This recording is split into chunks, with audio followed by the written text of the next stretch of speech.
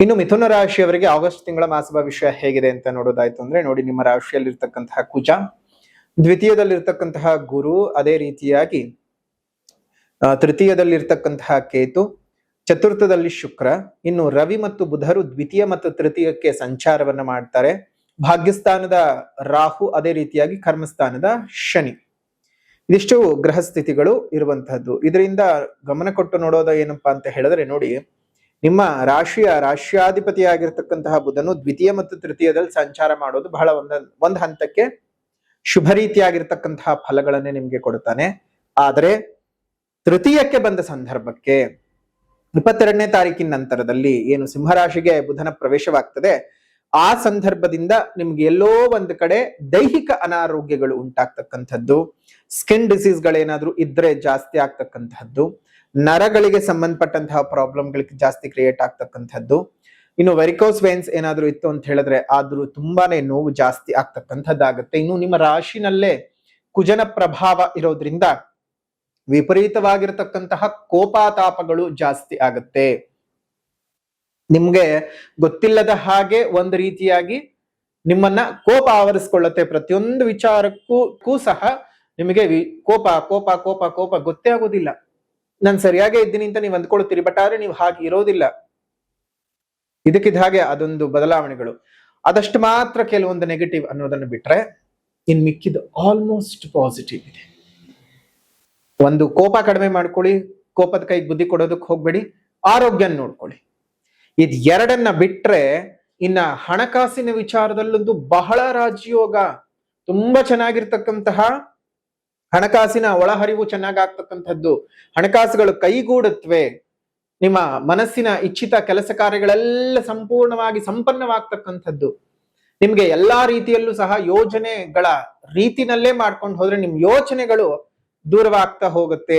ಇನ್ ತೃತೀಯದಲ್ಲಿರ್ತಕ್ಕಂತಹ ಕೇತು ಸಹೋದರ ಸಹೋದರಿಯರೊಟ್ಟಿಗೆ ಇದ್ದಂತಹ ಅನೇಕ ಮನಸ್ತಾಪಗಳನ್ನ ಸರಿ ಮಾಡಿ ಕೊಟ್ಬಿಡತ್ತೆ. ಪ್ರಯತ್ನಗಳಿಗೆ ಫಲಗಳನ್ನ ಕೊಡ್ತಕ್ಕಂಥದ್ದು. ಯಾರು ಫೋಟೋಗ್ರಾಫರ್ಸ್ ಇದ್ದೀರಿ, ವಿಡಿಯೋಗ್ರಫಿಯನ್ನು ಯಾರು ಮಾಡ್ತಾ ಇದ್ದೀರಿ, ಸಿನಿಮಾ ರಂಗಗಳಲ್ಲಿ ಯಾರು ಕೆಲಸ ಮಾಡ್ತಿದ್ದೀರಿ, ರಂಗಕರ್ಮಿಗಳು ಯಾರಿದ್ದೀರಿ, ಹಾಡುಗಾರರು ಯಾರಿದ್ದೀರಿ, ಬರೆಯುವಂತಹ ಬರವಣಿಗೆಗಾರರು ಯಾರಿದ್ದೀರಿ, ನಿಮ್ಮೆಲ್ಲರಿಗೂ ಒಂದು ಉನ್ನತವಾಗದಂತಹ ಸ್ಥಾನಮಾನಗಳು, ಗೌರವಗಳು, ಪ್ರಶಸ್ತಿ, ಬಿರುದಾವಲಿಗಳು ಬರ್ತಕ್ಕಂತಹ ತಿಂಗಳು ಇದು ಮಿಥುನ ರಾಶಿನಲ್ಲಿ ಹುಟ್ಟಿರ್ತಕ್ಕಂಥವರಿಗೆ. ಇನ್ನು ಶುಕ್ರನು 4ನೇ ಮನೆಯಲ್ಲಿ ನೀಚನೇ ಆಗಿದ್ದಾನೆ. 4ನೇ ಮನೆಯಲ್ಲಿ ನೀಚನಾಗಿರೋದ್ರಿಂದ ಜೊತೆಗೆ ನಿಮ್ಮ ರಾಶಿಗೆ ನೋಡೋದಾಯ್ತು ಅಂತ ಹೇಳಿದ್ರೆ ಅದು ನೀಚನಾದ್ರೂ ಭಂಗವಾಗಿ ನಿಮ್ಗೆ ಶುಕ್ರನಿಂದ ಬಹಳ ರಾಜಯೋಗಗಳು ಉಂಟಾಗ್ತಕ್ಕಂತಹದ್ದು. ಸ್ತ್ರೀಯಿಂದ ಅನುಕೂಲ, ಸ್ತ್ರೀಯಿಂದ ಕಾರ್ಯಾನುಕೂಲತೆಗಳು ಉಂಟಾಗ್ತದೆ. ಒಳ್ಳೆ ರೀತಿನಲ್ಲಿ ನಿಮ್ಗೆ ಒಂದು ಹಂತಕ್ಕೆ ತುಂಬಾ ಚೆನ್ನಾಗಿರ್ತಕ್ಕಂತಹ ಪ್ರಭಾವಗಳನ್ನ ಬೀರ್ತಕ್ಕಂಥದ್ದು. ಹಣಕಾಸಿನ ವಿಚಾರಗಳಲ್ಲಿ ತುಂಬಾ ದಿವಸಗಳಿಂದ ಇದ್ದಂತಹ ಸಾಲಗಳನ್ನ ತೀರಿಸ್ಕೊಳ್ಳೋದಕ್ಕೆ ಮನಸ್ಸು ಮಾಡ್ತೀರಿ. ವ್ಯಾಪಾರ ವ್ಯವಹಾರಗಳು ನಿಮಗೆ ಕೈಗೂಡಿ ಹಣದ ಒಳಹರಿವು ತುಂಬಾನೇ ಚೆನ್ನಾಗಾಗ್ತದೆ. ನಿಮ್ಮೆಲ್ಲ ನೋವುಗಳಿಗೆ, ಕಷ್ಟಗಳಿಗೆ, ಸಂಕಷ್ಟಗಳಿಗೆ ಒಂದು ಹಂತಕ್ಕೆ ಬ್ರೇಕ್ ಬೀಳ್ತಕ್ಕಂತಹ ಸಮಯ. ತುಂಬಾನೇ ಚೆನ್ನಾಗಿರ್ತಕ್ಕಂಥದ್ದು. ಆದ್ರೆ ಭಾಗ್ಯಸ್ಥಾನದ ರಾಹು, 9ನೇ ಮನೆಯ ರಾಹು ಎಲ್ಲ ಒಂದು ರೀತಿಯ ಭ್ರಮೆಯನ್ನ ಕೊಡತ್ತೆ, ಅಹಂಕಾರವನ್ನ ಕೊಟ್ಬಿಡ್ತಾನೆ. ನಾನು ನಂದು.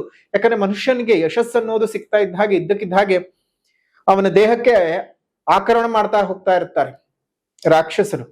ಅಹಂಕಾರ ಅನ್ನುವಂತಹ ರಾಕ್ಷಸರು, ಕೊಬ್ಬು ಅನ್ನುವಂತಹ ರಾಕ್ಷಸ, ನಾನು ಅನ್ನುವಂತಹ ರಾಕ್ಷಸ, ನನ್ನಿಂದಲೇ ಅನ್ನುವಂತಹ ರಾಕ್ಷಸ, ನಾನೇ ಮೇಲು ಅನ್ನುವಂತಹ ರಾಕ್ಷಸ, ನನ್ನನ್ ಬಿಟ್ರೆ ಇನ್ಯಾರು ಇಲ್ಲ ಅನ್ನುವಂತಹ ರಾಕ್ಷಸ, ನನ್ಗಿಂತ ಎಲ್ಲರೂ ಕೆಳಗಿನವರೇ ಅನ್ನುವಂತಹ ರಾಕ್ಷಸ. ಇಷ್ಟೆಲ್ಲ ರಾಕ್ಷಸರು ಬಂದು ದಾಳಿ ಮಾಡೋಕ್ ಶುರು ಮಾಡಿ ನಿಮ್ಮನ್ನ ಸೇರ್ಕೋತಾರೆ. ಜಾಗ್ರತೆ ಬೇಡ, ನೀವ್ ಹಾಗಿರುವಂಥವರಲ್ಲ. ಆ ರೀತಿಯಾದಂತಹ ವಿಷಕ್ಕೆ ಹೋಗೋದು ಬೇಡ.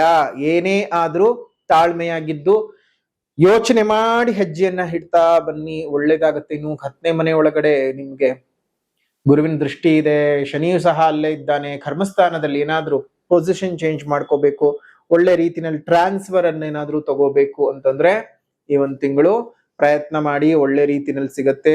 ಸರ್ಕಾರಿ ಉನ್ನತ ಹುದ್ದೆನಲ್ಲಿ ಇರತಕ್ಕಂಥವರಿಗೆ ಶುಭ ರೀತಿಯಾಗಿರ್ತಕ್ಕಂಥದ್ದು. ಸರ್ಕಾರದ ಉದ್ಯೋಗದ ಆಕಾಂಕ್ಷೆ ಇರ್ತಕ್ಕಂಥವ್ರಿಗೂ ಸಹ ತುಂಬಾನೇ ಚೆನ್ನಾಗಿರ್ತಕ್ಕಂಥದ್ದು. 12ನೇ ಮನೆ ಮೇಲೆ ಶನಿ ದೃಷ್ಟಿ ಬೇರೆ, ಬಿದ್ದಿದೆ. ಸೊ ಖರ್ಚುಗಳು ಜಾಸ್ತಿ ಆಗ್ತಕ್ಕಂಥದ್ದು, ನಿಮ್ಮ ನಿದ್ದೆಯ ಸಮಯದಲ್ಲಿ ವ್ಯತ್ಯಾಸಗಳು ಉಂಟಾಗತಕ್ಕಂಥದ್ದು, ಹಗಲಿನಲ್ಲಿ ಜಾಸ್ತಿ ನಿದ್ದೆ ಬಂದು ರಾತ್ರಿ ಹೊತ್ತು ನಿದ್ದೆ ಬರದೆ ಹೋಗುವಂಥದ್ದು, ಈ ಸ್ಲೀಪಿಂಗ್ ಡಿಸಾರ್ಡರ್ಗಳೆಲ್ಲ ಬರ್ತಕ್ಕಂಥದ್ದು. ಅದ್ರ ಬಟ್ ಸಣ್ಣ ಪುಟ್ಟದ್ದು ಮೊದಲೇ ತಿಳ್ಕೊಂಡು ಅದಕ್ಕೆ ಬೇಕಾಗಿರ್ತಕ್ಕಂತಹ ರೀತಿಯಲ್ಲಿ ನೀವು ಕೆಲಸ ಕಾರ್ಯಗಳನ್ನ ಮಾಡ್ತಾನೆ ಹೋದ್ರೆ ಎಲ್ಲವೂ ಸಹ ಶುಭವಾಗುತ್ತೆ. ಮಿಥುನ ರಾಶಿನಲ್ಲಿ ಹುಟ್ಟಿರ್ತಕ್ಕಂಥವ್ರಿಗೆ ಎಲ್ಲೋ 10%, 20% ಅಷ್ಟೇ ಅಶುಭದಾಯಕವಾದಂತಹ ವಾತಾವರಣ. ಹಾಗಾಗಿ ಸ್ವಲ್ಪ ಜಾಗ್ರತೆಯಾಗಿರಿ. ಇದು ಆಗಸ್ಟ್ ತಿಂಗಳ ಮಾಸ ಭವಿಷ್ಯವಾದರೂ ಅಪ್ಲೋಡ್ ಆಗ್ತಾ ಇರತಕ್ಕಂತಹದ್ದು ಜುಲೈನಲ್ಲೇ ಆಗಿರೋದ್ರಿಂದ ಜುಲೈನಲ್ಲಿ ನಡೆಯುವಂತಹ ಶನಿ ಮಹಾಯಾಗಕ್ಕೆ ಬಂದು ಪಾಲ್ಗೊಳ್ಳೋದು ಮರಿಬೇಡಿ. ಅದ್ರ ಜೊತೆಗೆ ಇನ್ನೊಂದಷ್ಟು ವಿಚಾರಗಳನ್ನ ಗಮನಿಸೋದಾಯ್ತು ಅಂತ ಹೇಳಿದ್ರೆ, ವ್ಯಾಪಾರ ವ್ಯವಹಾರಗಳು ತುಂಬಾ ಉತ್ತಮವಾದ ಧನಲಾಭವನ್ನ ತಂದುಕೊಡುತ್ತೆ. ಬಂಧುಗಳಿಂದ ಹಾಗೂ ಮಿತ್ರರಿಂದ ಹಣಕಾಸಿನ ಸಹಾಯವೂ ಸಹ ನಿಮ್ಗೆ ಸಿಗ್ತಕ್ಕಂಥದ್ದು. ಪ್ರಯತ್ನಿಸಿದಂತಹ ಎಲ್ಲಾ ಕಾರ್ಯಗಳೂ ಸಹ ತುಂಬಾ ಒಳ್ಳೆ ರೀತಿಯಲ್ಲಿ ಸಫಲವಾಗುತ್ತೆ. ಮನಸ್ಸಿಗೆ ಬಹಳ ಸಂತೋಷದಾಯಕ ಆಗುವಂತಹ ತಿಂಗಳು ಆಗಿರುತ್ತೆ. ಕುಟುಂಬದಲ್ಲಿ ನೆಮ್ಮದಿ ಸಿಗತ್ತೆ. ದೇಹದಲ್ಲಿ ಸಣ್ಣ ಪುಟ್ಟ ವ್ಯತ್ಯಾಸ ಇರುತ್ತೆ, ಅದನ್ನ ಸರಿ ಮಾಡ್ಕೊಳ್ಳಿ. ಜೊತೆಗೆ ನಿಮ್ಮ ನಿರೀಕ್ಷೆಗೂ ಮೀರಿ ಹೆಚ್ಚಿನ ಆದಾಯ ಬರ್ತಕ್ಕಂತಹದ್ದು. ಖರ್ಚುಗಳು ಕಡಿಮೆಯಾಗ್ತವೆ, ಆದಾಯ ಹೆಚ್ಚಿಗೆ ಆಗ್ತಕ್ಕಂತಹ ತಿಂಗಳು. ಮಿಥುನ ರಾಶಿನಲ್ಲಿ ಹುಟ್ಟಿರುವಂತಹವರಿಗೆ ಸ್ವಲ್ಪ ಜಾಗೃತಿಯಾಗಿರಿ. ಏನೇ ಆದ್ರೂ ಜೀವನ ಮಾಡ್ಬೇಕಾದಾಗ ಒಂದ್ ಸ್ವಲ್ಪ ನಾವು ಜಾಗ್ರತೆ ಮಾಡ್ಲೇಬೇಕು. ಇನ್ನು ಪರಿಹಾರ ಅಂತ ಬಂದ ಸಂದರ್ಭಕ್ಕೆ ಮೊದಲನೇದಾಗಿ ಸಾಮಾಜಿಕ ಪರಿಹಾರ. ಪ್ರಕೃತಿಯನ್ನು ಉಳಿಸಿ, ಪ್ರಕೃತಿಯನ್ನು ಬೆಳೆಸಿ, ಇನ್ನಿತರ ಜೀವ ಜಂತುಗಳಿಗೆ ಒಂದಿಷ್ಟು ಆಸರೆಯಾಗಿರಿ. ಮುಂದಿನ ಪೀಳಿಗೆ ಚೆನ್ನಾಗಿರ್ಬೇಕು ಅಂದ್ರೆ ಇವತ್ತೇ ನಾವು ಹಸಿರನ್ನು ಉಳಿಸ್ಕೊಳ್ಬೇಕಾಗತ್ತೆ. ಪ್ರಾಣಿಗಳ ಮೇಲೊಂದಿಷ್ಟು, ಪಕ್ಷಿಗಳ ಮೇಲೊಂದಿಷ್ಟು ದಯೆ ಇರಲಿ. ಇನ್ನು ಆಧ್ಯಾತ್ಮಿಕ ಪರಿಹಾರ, ಕಲ್ಲೂರು ಶ್ರೀ ಮಹಾಲಕ್ಷ್ಮಿ ದೇವಿ ಸ್ತೋತ್ರದ ಪಠಣವನ್ನ ಪ್ರತಿನಿತ್ಯ ಮಾಡ್ತಾ ಇರಿ. ಕಲ್ಲೂರು ಶ್ರೀ ಮಹಾಲಕ್ಷ್ಮಿ ಸ್ತೋತ್ರದ ಪಠಣ, ಇದರಿಂದ ಬಹಳ ಅನುಕೂಲತೆಗಳು ಉಂಟಾಗ್ತದೆ. ಆ ಕಲ್ಲೂರಿನ ಮಹಾಲಕ್ಷ್ಮಿ ದೇವಿಯ ಸಂಪೂರ್ಣ ಅನುಗ್ರಹ ನಿಮ್ಮ ಮೇಲೆ ಆಗಲಿ ಅಂತ ಹೇಳಿ ಪ್ರಾರ್ಥನೆಯನ್ನು ಮಾಡ್ತಾ, ಶುಭ ಆಶೀರ್ವಾದಗಳನ್ನು ತಿಳಿಸ್ತಾ, ಈ ವಿಶೇಷವಾದಂತಹ ಮಿಥುನ ರಾಶಿಯವರ ಆಗಸ್ಟ್ ತಿಂಗಳ ಮಾಸ ಭವಿಷ್ಯ ಹೇಗಿದೆ ಅನ್ನುವಂತಹ ಮಾಹಿತಿಯನ್ನ ತಿಳ್ಕೊಂಡಿದ್ದಾಯ್ತು. ವಿಡಿಯೋ ಇಷ್ಟ ಆಗಿದ್ರೆ ಲೈಕ್ ಮಾಡಿ, ಶೇರ್ ಮಾಡಿ, ಕಮೆಂಟ್ ಮಾಡಿ. ಮತ್ತೊಂದು ವಿಡಿಯೋನಲ್ಲಿ ಭೇಟಿ ಮಾಡೋಣ. ಅಲ್ಲಿವರೆಗೂ ನಮಸ್ಕಾರ. ಲೋಕಾ ಸಮಸ್ತ ಸುಖಿನೋ ಭವಂತು, ಸಕಲ ಸನ್ಮಂಗಳಾನಿ ಭವಂತು, ಸರ್ವೇ ಜನಾಃ ಸುಖಿನೋ ಭವಂತು, ಸಮಸ್ತ ಸನ್ಮಂಗಳಾನಿ ಭವಂತು.